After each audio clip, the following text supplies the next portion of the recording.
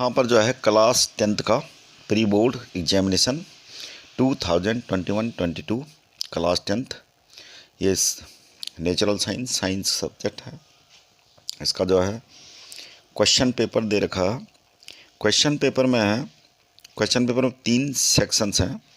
Section A में 24 question है, जिसमें से आपको 20 क्वेश्चन करना है, और सेक्शन बी में 24 क्वेश्चन है, जिसमें आपको 20 क्वेश्चन करना है, और सेक्शन सी है जिसमें 12 क्वेश्चन दे रखे हैं, 10 क्वेश्चन अटेम्प्ट करने हैं। तो टर्म 1 एग्ज़ाम जो होने वाला है बिल्कुल सेम ऐसे ही आएगा। क्वेश्चन भले ही चेंज होंगे, लेकिन फॉर्मेट यही है। तो इसका सॉल्यूशन करने जा रहे हैं हम, तो आप लोगों को ताकि हेल्प मिल सके टर्म 1 एग्ज़ाम के लिए, तो वीडियो को ध्यान लगा के देख लीजिएगा। अगर कोई समस्या आती है आप कमेंट बॉक्स में लिख सकते हैं। क्वेश्चन नंबर 1 दे रखा है इसमें, इन the given chemical equation A stands for. तो यहाँ पे क्वेश्चन नंबर जो है में एक रिएक्शन दे रखी है, जिंक प्लस ए, और आगे है प्रोडक्ट्स बन रहे हैं जिंक सल्फेट और कॉपर। तो यहाँ पर ये बता रहा कि ए का फार्मूला क्या होगा। तो यहाँ पर हम देखते हैं कि जिंक से ये जिंक सल्फेट बन गया और कॉपर फ्री हो गया। इसका मतलब यहाँ पे जो ए होगा वो कॉपर का कोई साल्ट होगा, यानी कॉपर सल्फेट, क्योंकि जिंक सल्फेट बन रहा है और कॉपर फ्री हो रहा है। तो इसका मतलब क्या हुआ, ये होगा कॉपर सल्फेट। सल्फेट हमने हिंट यहाँ से मिला, सल्फेट और कॉपर ये है, तो ये ए क्या होना चाहिए, कॉपर सल्फेट होना चाहिए। तो इसका मतलब क्वेश्चन नंबर 1 का डी पार्ट हमारा सही हो गया।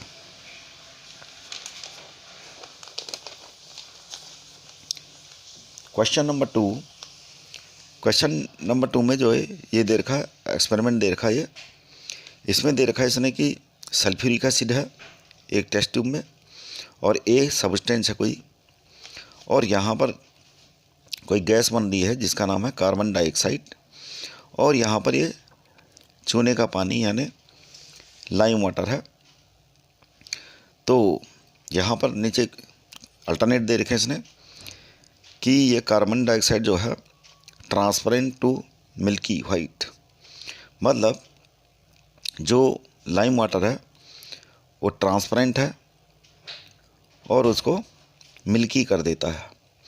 दूसरा अल्टरनेट है येलो टू मिल्की, तो ये तो होगा नहीं, ब्लूइश टू मिल्की भी नहीं होगा, क्योंकि लाइम वाटर का जो कलर होता है वो कलरलेस होता है, ट्रांसपेरेंट होता है, कलरलेस होता है वो।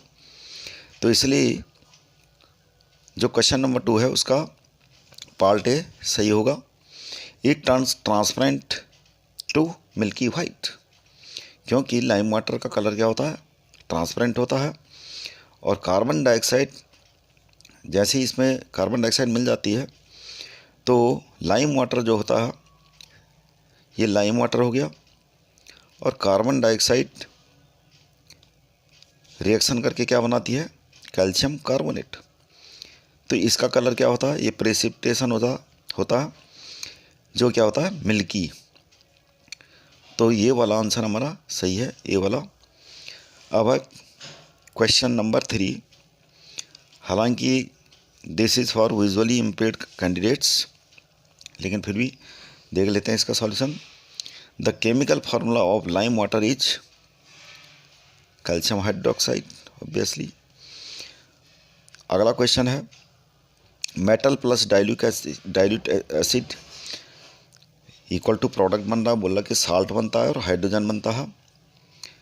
तो the above chemical reaction not occur with, तो कौन से एसिड के साथ ये रिएक्शन नहीं होती, ये बोल रहा सल्फ्यूरिक एसिड के साथ भी होती है, हाइड्रोक्लोरिक एसिड के साथ भी होती है, नाइट्रिक एसिड के साथ नहीं होती, क्योंकि नाइट्रिक ऑक्साइड क्या काम करता है, एक नाइट्रिक ऑक्साइड ऑक्सीडाइजिंग एजेंट है, और ऑक्सीडाइजिंग एजेंट होने की वजह से जो हाइड्रोजन रिलीज होती है इसको ये ऑक्सीडाइज करके वाटर बना लेता है, तो ये रिएक्शन होगी नहीं।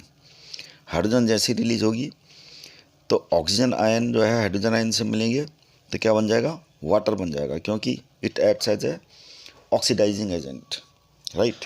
तो इसलिए ये रिएक्शन, क्योंकि इसमें हाइड्रोजन नहीं बनेगी नाइट्रिक एसिड के साथ, इसलिए the above chemical reaction not occur with nitric acid. बाकी सारे एसिड के साथ ये रिएक्शन होगी। अब है question number 5, which of the following correctly represents a balance chemical equation. तो ये आपको बैलेंस केमिकल रिएक्शन चेक करने के लिए आपको एक एक एटम देखना होगा कि वो एटम यहाँ इक्वल होने चाहिए। You have to follow the conservation of mass, कि the mass of the reactants always equal to the mass of the products formed. तो यहाँ पर देखते हैं सोडियम के 4 एटम है, यहाँ पर सोडियम के Na2 लिखा है, यहाँ 2 है, 2 2 जा 4। तो सोडियम के एटम यहाँ 4 हैं, ऑक्सीजन के 2 एटम हैं, तो ऑक्सीजन के 2 एटम यहाँ भी हैं, तो सारा बैलेंस है। तो ये फिर क्वेश्चन नंबर 5 का सी पार्ट हमारा सही होगा। क्वेश्चन नंबर 6, क्वेश्चन नंबर 6 में हमें दे रखा pH of A compound A is indicated on A pH scale, which statement is not true about this compound. तो यहाँ पर हमें दे रखा, ये बोल रहा है कि कंपाउंड ए के बारे में बताना हमें कि it has more H ion than OH ion. तो ये तो इसके लिए ट्रू है, हमें नॉट ट्रू बताना है, नॉट ट्रू वाला। तो कंपाउंड ए है, 7 से इधर है इसका pH वैल्यू, तो क्या होगा, ये H आयन ज़्यादा होंगे, इधर की तरफ H आयन ज़्यादा होते हैं और इधर की तरफ H आयन कम होंगे, तो OH आयन ज़्यादा होते हैं इधर, 7 से इधर अगर pH की वैल्यू होती है तो यहाँ पर it has more H ion than OH ion, it is true. It is sour in taste, बिल्कुल एसिड होगा तो क्या होगा, टेस्ट इसका सॉर होगा, ये भी ट्रू है। It is basic in nature, तो ये बेसिक नहीं होगा, it is acidic in nature होगा। तो हमारा जो ट्रू नहीं है वो सी वाला पार्ट है, this is not true.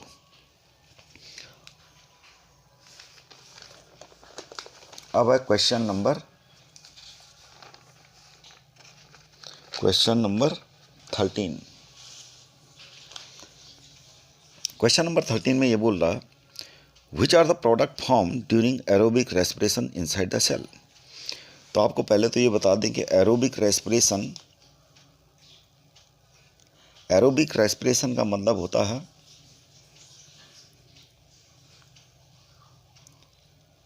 Aerobic respiration का मतलब होता है the respiration in presence of oxygen.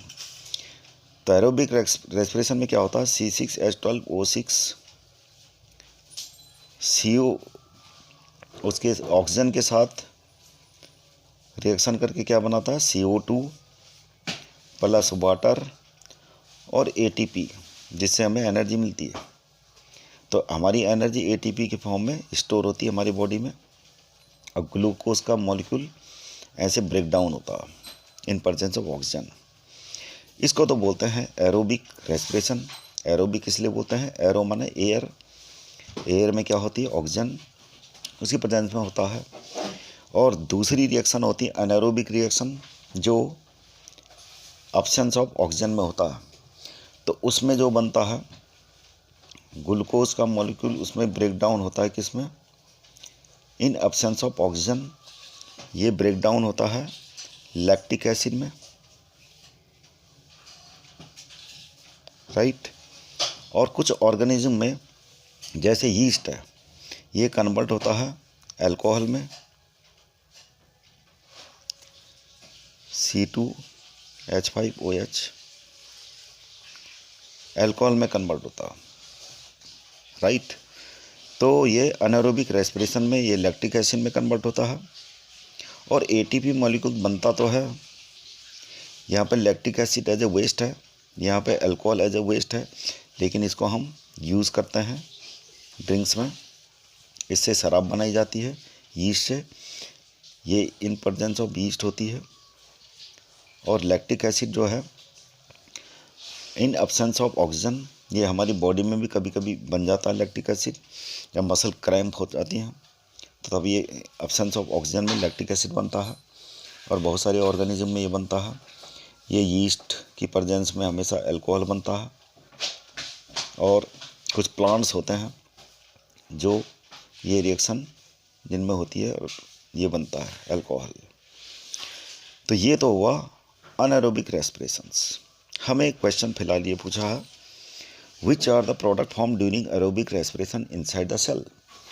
Inside the cell तो ये रिएक्शन होती है, और ये रिएक्शन कहाँ होती है? माइटोकॉन्ड्रिया में। सेल के अंदर एक पार्ट्स है सेल का, माइटोकॉन्ड्रिया, जिसको power house of the cell कहा जाता है, उसमें रिएक्शन होती है। एनारोबिक रेस्पिरेशन में जो है सेल के अंदर रिएक्शन होती है, लेकिन एक इसमें होती है साइटोप्लाज्म में। तो ये रिएक्शन साइटोप्लाज्म में होती है, जहाँ लैक्टिक एसिड बनता है या फिर अल्कोहल बनता है। ये कोई भी ऑर्गेनिज्म है, कोई ऑर्गेनिज्म की सेल है तो उसके अंदर ये बनता है साइटोप्लाज्म में। फिलहाल क्वेश्चन नंबर 13 का आंसर ए है। क्वेश्चन नंबर 14, क्वेश्चन नंबर 14 में ये बोल रहा है, where is nephron located in the given picture of excretory organ system. ये एक्सक्रीटरी ऑर्गन सिस्टम है, तो हमें ये पता होना चाहिए कि कौन किसका ये पार्ट्स क्या क्या हैं। ये है हमारी राइट किडनी, ये है लेफ्ट किडनी, ये है हमारा यूरिनरी ब्लैडर, ये है यूरेथ्रा। तो यहाँ पर क्वेश्चन में ये बोल रहा है कि नेफ्रॉन किस में लोकेटेड होते हैं। नेफ्रॉन किस में होते हैं? नेफ्रॉन यानी किडनी कौन सी सेल से मिलकर बनी होती है? नेफ्रॉन से। तो नेफ्रॉन के जरिए फिल्टर होता है, जो बॉडी का ब्लड होता है सारा इससे पास आउट होता है, या नेफ्रॉन्स होते हैं, इनसे ब्लड फिल्टर होता है, और जो एक्स्ट्रा यूरिया होता है वो यूरिनरी ब्लैडर में आ जाता है, छन के जाता है, मतलब छानने का काम करता है किडनी। तो हमारे शरीर की जितनी टॉक्सिसिटी है, विषैले पदार्थ हैं जितने, तो ब्लड के जरिए पास आउट होके, किडनी से पास आउट होके रिटर्न आता है ऐसे करके। तो ऐसे करके छनता है। जो ये टॉक्सिसिटी होती है, यूरिया होता है, ये यूरिनरी ब्लैडर में इकट्ठा हो जाता है, जो यूरेथ्रा से हम पास आउट कर लेते हैं। तो यहाँ पर क्वेश्चन में ये बोल रहा है कि where is nephron located. Nephron कहाँ है? किडनी में। यानी किडनी कौन सा लिखा है? थर्ड पार्ट लिखा है, तो हमारा आंसर होगा C, third part. These questions are for visually impaired candidates.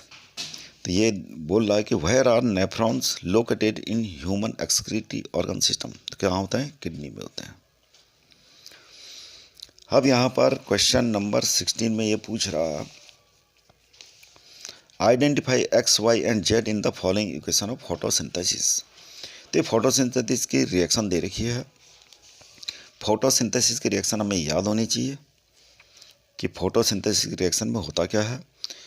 Carbon dioxide inter करती है लीव्स में स्टोमेटा के जरिए, और रूट से वाटर मिलता है, रूट से वाटर मिलता है लीव्स को। तो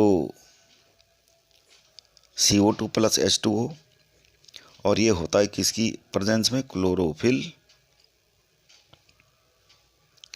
और सनलाइट। तो सनलाइट और क्लोरोफिल की प्रेजेंस में क्या बनता है? ये बनता है स्टार्च, और फिर क्या बनता है? ऑक्सीजन बनती है। रिएक्शन बैलेंस कर लीजिए, ये तो ये बनता है। ये हमें याद होना चाहिए, तभी जाके हम इसका आंसर लिख पाएंगे। अब ये आइडेंटिफाई करने को बोल रहा है कि नीचे क्या क्या क्या। इसमें बोल रहा है कि एक्स वाटर है, ये ट्रू है, ये वाटर है एक्स, दिस इज, उसने इसके लिए एक्स लिखा है। और वाई क्लोरोफिल है, ये हमारा वाई क्लोरोफिल हो गया। और फिर पूछ रहा है जेड, इसके लिए उसने जेड दे रखा है, तो जेड हमारा ऑक्सीजन हो गया। तो यानी क्वेश्चन नंबर 16 का ए वाला सही है।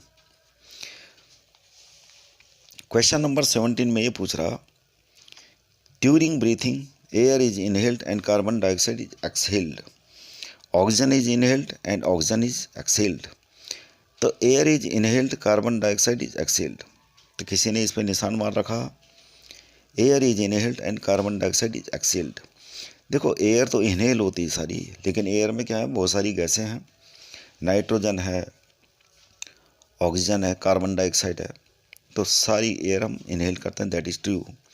लेकिन कार्बन डाइऑक्साइड ही एक्सेल नहीं करते, जो पूरी की पूरी एयर हम इनहेल कर रहे हैं वो भी हम क्या करते हैं, एक्सेल करते हैं। यानी हमारा अल्टरनेट होगा सी वाला सही। Air rich in oxygen is inhaled, वो तो ठीक है, वो हम इनहेल करते हैं। And air rich in carbon dioxide is exhaled, तो एयर का होना ज़रूरी है, दोनों तरफ एयर है। तो एयर में जो हम लेते हैं उसमें हम नाइट्रोजन भी लेते हैं, क्योंकि जब हमारी नोज़ इन सब चीज़ों को फिल्टर नहीं कर पाती तो हम अंदर ले लेते हैं सारी गैसें। लेकिन उसके बाद एक्सहेल करते हैं जब, तो नाइट्रोजन तो जो नाइट्रोजन हम इनहेल करते हैं वो पूरी 100% हम एक्सहेल कर लेते हैं। दूसरी ओर ऑक्सीजन जितनी हम अंदर लेते हैं तो ऑक्सीजन हमारे अंदर जो है यूज़ होती है सेल्स में रेस्पिरेशन प्रोसेस के दौरान, क्योंकि क्या बनता है, एनर्जी बनती है एटीपी की फॉर्म में, तो ऑक्सीजन कंज्यूम हो रही है अंदर। तो ऑक्सीजन का जो एक्सेल परसेंटेज होता है वो कम होता है, नाइट्रोजन 100% एक्सेल करते हैं, और कार्बन डाइऑक्साइड जो बनती है अंदर रेस्पिरेशन रिएक्शन के दौरान वो तो एक्सेल करते ही हैं, साथ में जो अंदर हमारे आ रही है कुछ वहाँ से भी एक्सेल कर देते हैं। तो इस प्रकार से हमारा सी अल्टरनेट सही है। अब है क्वेश्चन नंबर 18। क्वेश्चन नंबर 18 में डाइजेस्टिव डायग्राम दे रखा है ये, तो हमें ये पता होना चाहिए, डाइजेस्टिव डायग्राम के सारे पार्ट्स पता होने चाहिए कि कौन सा पार्ट कहाँ पे लोकेटेड है। यहाँ पर एक्स जो दिखा रहा है ये है हमारा स्टमक, ये वाला पार्ट जो है हमारा क्या दिखा रहा, एक्स जो लिखा हुआ है ये स्टमक है, और ये लीवर है, ये जो दिख रहा है ये हमारी बड़ी आंत है यानी लार्ज इंटेस्टाइन, और ये अंदर स्मॉल इंटेस्टाइन है जो काफ़ी लंबी होती है। ये हमें आइडिया होना चाहिए। बाकी यहाँ पर जो इसका फंक्शन भी लिखा है, मेन फंक्शन भी लिखा है, ऑर्गन भी लिखा है, और उसके आगे मेन फंक्शन भी लिखा है। पहला वाला है stomach produces Biles, this is wrong, क्योंकि बाइल्स कौन सीक्रेट करता है, लीवर सीक्रेट करता है, तो ये हमारा रॉन्ग हो जाएगा। Small intestine absorb digested nutrients, तो ये बात सही है। स्मॉल इंटेस्टाइन यानी वाई वाला, ये वाला हमारा सही होगा, क्योंकि स्मॉल इंटेस्टाइन क्या करती है, एब्जॉर्ब करती है जितने भी जो भी हम कंज्यूम करते हैं। तो डाइजेस्टेड न्यूट्रिएंट जो है स्मॉल इंटेस्टाइन क्या करती है, एब्जॉर्ब करती है, और फुल कंप्लीट डाइजेशन भी होता है इसमें। आगे वाले सारे रॉन्ग है, क्योंकि जेड बोल रहा है लीवर स्टोर्स HCl, HCl कौन स्टोर करता है, स्टमक स्टोर करता है HCl।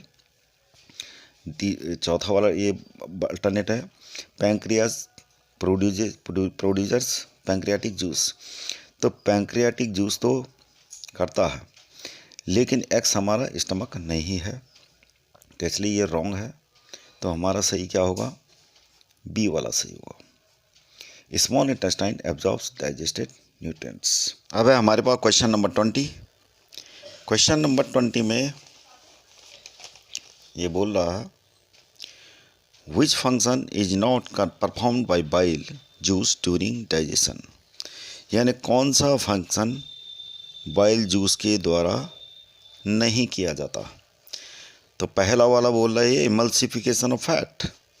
बाइल्स का सबसे मेन काम क्या होता है कि जैसे ही स्मॉल इंटेस्टाइन में फूड हमारा इंटर करता है, तो यहाँ पर जो हमारा लीवर है यहाँ से बाइल डक्ट होता है जो हमारा स्मॉल इंटेस्टाइन में खुलता है, तो तुरंत यहाँ से बाइल सीक्रेट होता है, और जो फूड लेते हैं हम, फूड में जो फैट्स मॉलिक्यूल होते हैं उनको ये इमल्सिफाई कर लेता है। इमल्सिफिकेशन ऑफ फैट, तो ये तो होता है इमल्सिफिकेशन। और इमल्सिफिकेशन इसलिए करता है, उसके बाद जो है जो पैंक्रियाज होता है वहाँ से एंजाइम सीक्रेट होते हैं जो इस फैट को और भी क्या कर देते हैं, ब्रेकअप करते हैं, और तब जाके इंटेस्टाइन में हमारा फैट एब्जॉर्ब होता है। तो पाइल्स के क्या क्या काम है, एक तो इमल्सिफिकेशन ऑफ फैट है, ये बोल रहा मेक द फूड एल्कलाइन और help in digestion of cellulose known of the बो। तो make the food of alkaline ये रॉन्ग है। बाइल्स क्या होता है, साल्ट होता है, और साल्ट क्या होता है, न्यूट्रल होता है। तो बाइल इज ए साल्ट, तो ये फूड को ना तो एल्कलाइन कर सकता है ना एसिडिक, क्योंकि ये साल्ट होता है, बाइल साल्ट। तो it is secreted by the liver. तो अगर यहाँ ना तो ये एसिडिक बनाता ना फूड को एल्कलाइन बनाता है, तो इसलिए ये बी पार्ट रॉन्ग है। इमल्सिफिकेशन ऑफ फैट सही है, बाकी ये सारा सही है। तो this is wrong for the bile that it makes the food alkaline. Question number 21 दे रखा हमें, which of the following mirror is used for wider view in shopping mall. तो शॉपिंग मॉल में वाइडर व्यू देखने के लिए किस mirror का इस्तेमाल करता है, बिग ऐसा मिरर इस्तेमाल करेंगे जिससे पूरा मॉल्स का व्यू दिख सके। और ऐसा किस में पॉसिबल है, जिस मिरर में इमेजेस स्मॉल दिखें और लार्ज स्पेस को ऑक्यूपाई कर सके। तो ऐसा कौन सा मिरर होता है हमारे पास, big convex mirror is the right answer. उसके बाद ये बोल रहा है which is not a characteristic of image found by concave mirror. Which is not a characteristic of image found by concave mirror. तो कॉन्केव मिरर कैसा होता है, कॉन्केव मिरर होता है ऐसा, जो बेंट पोर्शन है, जो कर्व्ड एरिया है, कर्व फेस है इसका, वो पॉलिश्ड होता है। तो कैसी इमेज बनती है, एक लाइट रे यहाँ से आई फोकल पॉइंट से होते हुई, और सपोज़ करो कि ये जो है एक रेस कहाँ से होती हुई जाएगी, ये फोकल पॉइंट से होती हुई जाती है, और दूसरी रेस, तो इसमें इमेज क्या बनती है, ऐसे बनती है। ये है इन्वर्टेड इमेज। जबकि ये क्या बोल रहा है, which is not a characteristic of image found by concave mirror. ये बोल रहा ऑलवेज इरेक्ट। तो always erect this is wrong, क्योंकि क्या बनती है, इन्वर्टेड बनती है, usually inverted end of different size, और डिफरेंट साइज की भी बनेगी। एक आध पोजीशन होगी जिसमें इक्वल बनती है इमेज, और तीसरा अल्टरनेट बोला रियल इमेज बनती है। Which is not a characteristic of image, not बोल लिखने को बोल रहा है, नॉट। तो always erect is the right answer. बाकी usually inverted and different size ये भी ठीक है, रियल भी बनती है, ये भी सही है। बोथ ए एंड सी बोल रहा है, ऑलवेज इरेक्ट और रियल, तो ये वाला अल्टरनेट भी रॉन्ग हो जाएगा। तो केवल हमारा ये वाला पोर्शन रॉन्ग है, रॉन्ग बोल रहा है ऑलवेज इरेक्ट। उसके बाद है क्वेश्चन नंबर 23। तो क्वेश्चन नंबर 23 में हमें जो है दो डायग्राम दे रखे हैं, identify the type of mirror X and Y. तो एक्स एंड वाई हमें आइडेंटिफाई, मिरर एक्स और वाई टाइप ऑफ मिरर क्या है ये देखना है। तो सी से होते हुए कोई लाइट रे आ रही है और टकरा के उसी रास्ते जाती है, ये बात तो सही है।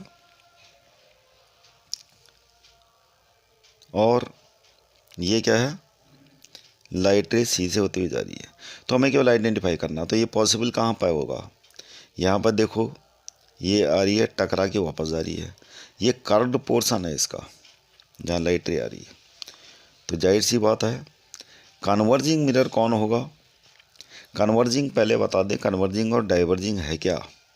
कन्वर्जिंग का मतलब होता है कोई मिरर है, जैसे ये कॉन्केव मिरर है,